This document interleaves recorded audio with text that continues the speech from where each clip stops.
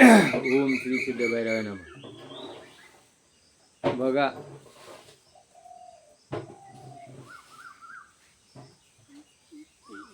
हिरण्यकश्यप नावाचा राक्षस होता. त्यांनी लोकांना त्रास दिला आणि भगवंतांनी वराह पृथ्वी पाताळात न्यायचं काम चालू होतं आणि त्यांनी वराहाचं रूप घेऊन हिरण्यकश्याला मारलं आणि आपल्या भावाला मारलं. त्याच्या सुडाचा बदला घेण्याकरता हिरण्यकश्यपू त्यांनी भगवंताशी वैर ठरलं आणि मग शंकराची आराधना करून हजारो वर्ष तप करून शक्ती मिळवायची. पूर्वीचे राक्षस आहे ना, शक्ती कमवायची, तप करायची. आज तप राहिलं नाही, ब्रह्मचर्य राहिलं नाही.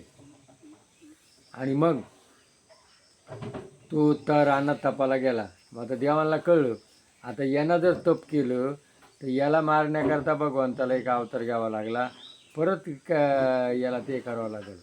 मग त्यांनी काय केलं, एक पोपटाचं रूप घेतलं भगवंतानी आणि तो जिकडे तपाला बसला होता तिथं पोपट काय म्हणायचा, नारायण नारायण नारायण. बघा, आजही आपला जर कोणी विरोधक जर असला, वैरी असला, तर त्याचं नाव ऐकलं का आपलं डोकं फिरतं. आज समाजामध्ये काय झाले, तिरस्कार झालेला आहे. आणि मग त्यांनी पोपटात तिथे त्याला राग आला, तो पोपट धरा गेला, पोपट उडून गेला आणि मग तो तपाचा उठला आणि घरी आला. आता हिरण्यकश्यपू त्याची बायको, आता तिला वाटलं आपला नवरा जर तप करायला गेला होता आणि परत का आला. मग आता तमोगुणी माणूस आजही समाजामध्ये रागीट माणूस कशानं जवळ येतो, गोडदोड खायला घातले हो, प्रेमानं बोलले हो, आणि पैसा आणि सत्ता आणि स्त्री या 3 गोष्टीने माणूस जवळ येतो. आणि मग ती लागली त्याची स्तुती करायला, मला तुमच्यासारखा नवरा मिळाला, मी काही पहिल्या जन्मात पुण्य केलं असेल म्हणून तुम्ही मला मिळाली. आणि मग तिनं काय केलं, मस्तपैकी गोडधोड केलं आणि त्याला आता जेवण घालायचं, जेवायला वाढलं. आणि त्याला काय म्हणते, का हो तुम्ही तपाला गेले होते आणि मग का परत आली. तो म्हणे, अगं मी तपाला गेलो, तिथं एक पोपट होता आणि मी जो माझा शत्रू आहे नारायण, त्याचं तो माझ्या डोक्यावर आवाज येत होता आणि माझं डोकं उठलं आणि मी त्याला धरायला गेलो, तो पळून गेला आणि मग मी निघून आलो. तिनं तोच शब्द पोपटाच्या तोंडून काय व्हायचा, नारायण नारायण नारायण नारायण. तिनं 108 वेळा त्याच्या तोंडून ते शब्द घोकून घेतले. बघा, आजा मेळा पापराशी नामे गेला वैकुंठाशी. आजा मेळा नाव मोराचं काय घेत होता, नारायण. कशाने घेत होता, एक मुलं सांगितलं बा मुलाचं नाव ठेवलं म्हणून घेत होता, तो काय प्रेमानं घेत नव्हता. तसा यांनी हिरण्यकश्यपूना देवाचं नाव कशाला घेतलं, तिनं सांगितलं आणि तो नारायण नारायण असा शब्द घोकल्यामुळं ती गरोदर होती आणि तिच्या गर्भावरती काय विचार पडले, नारायण. आणि मग पोटी जन्माला, त्याच्या राक्षसा पोटी कोण जन्माला आला, भक्त प्रल्हाद. आज समाजामध्ये गरोदर स्त्रियांच्या कानावरती कोणते विचार येतात, सिरियल मालिका, भांडणं, झगडे, तंटे. आणि मग तो बाहेर जन्माला आलो होतो, काय करतो, क्रीम डायरी, तारक मेहता. आणि तो बाहेर आल्यानंतर काय करतो, सत्पुरुष होईल का, नाही होणार. देवाचा भक्त होणार का, नाही होणार. मग दरोडेखोर, मारामारी, तंटे, इंजाय असे करणार. म्हणून आज समाजामध्ये ही प्रवृत्ती झालेली. म्हणून गर्भावरती चांगले विचार जर गेले तर ती प्रजापोटी जन्माला येते. पूर्वी काय होतं, मुलगा जन्माला आला का तो आश्रमात घालायचा, तिथं 25 वर्षापर्यंत त्याला व्यायाम सगळे कामं शिकवले जायचे आणि ब्रह्मचर्याचं पालन व्हायचं. आणि मग तो घरी आला का लग्न करायचा. आणि ब्रह्मचर्य पाळल्यामुळं त्याच्या अंगात शक्ती होती, त्याला काम करायची सवय होती. आणि मग त्याच्या पोटी जन्माला आल्यानंतर जे मुलं जन्माला यायचे, शिवाजी, संभाजी असे मोठमोठे जन्माला आले. आणि आज बघा ब्रह्मचर्य राहिलं नाही, काम नको आहे, संस्कार नाही, गर्भाव विचार नाही, त्यामुळं अशी फालतू प्रजा जन्माला आली. आणि मग काय विनाशकाळ विपरीत बुद्धी.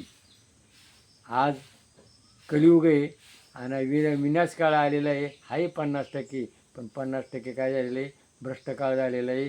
काम नको, दैवी विचार नको आहे, फक्त काय एन्जॉय, आय लव यू. म्हणून गर्भावरती विचार करा, चांगले विचार करा, ब्रह्मचर्याचं पालन करा, शक्ती सांभाळा, जीवनाचं कल्याण होणार आहे. जय भैरवनाथ महाराज की जय.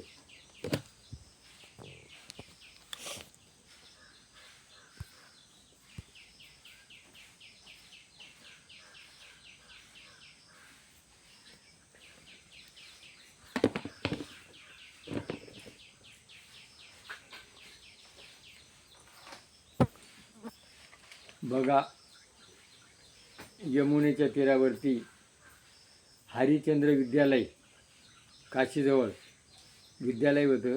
आणि त्या विद्यालयामध्ये जवळ 5-6 किलोमीटर अंतरावरती एक गाव होतं.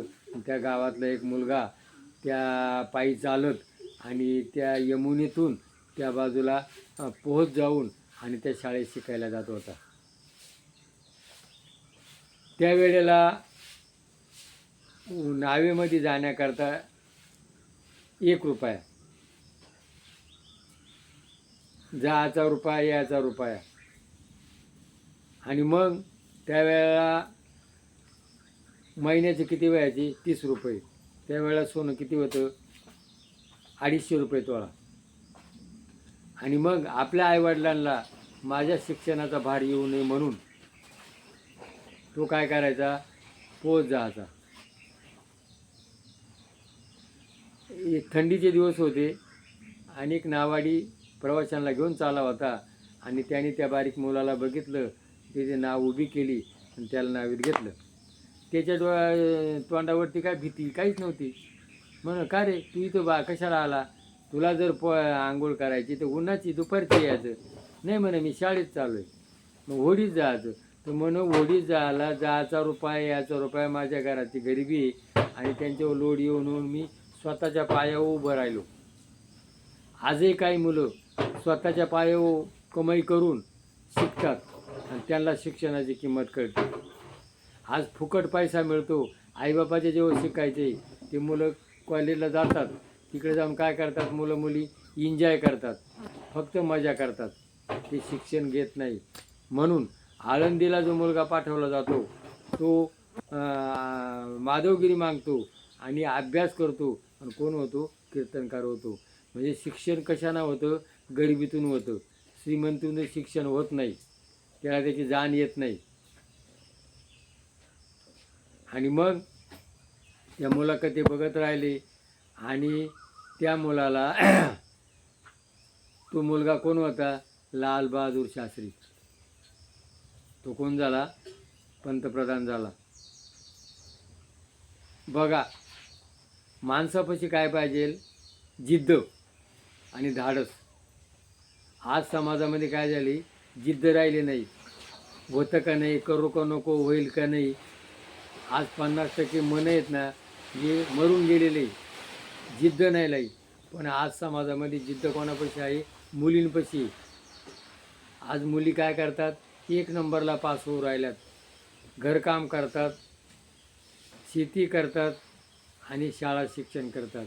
आजची 50% मुलं आहे ना, हातामध्ये मोबाईल, तारक मेहता, पबजी, क्रीम डायरी आणि सगळा वेळ त्याच्यात घालवतात आणि जीवन बर्बाद करून घेतात. म्हणून माणसाच्या जीवनामध्ये काय पाहिजे, जिद्द पाहिजे, चिकाटी पाहिजे, धाडस पाहिजे.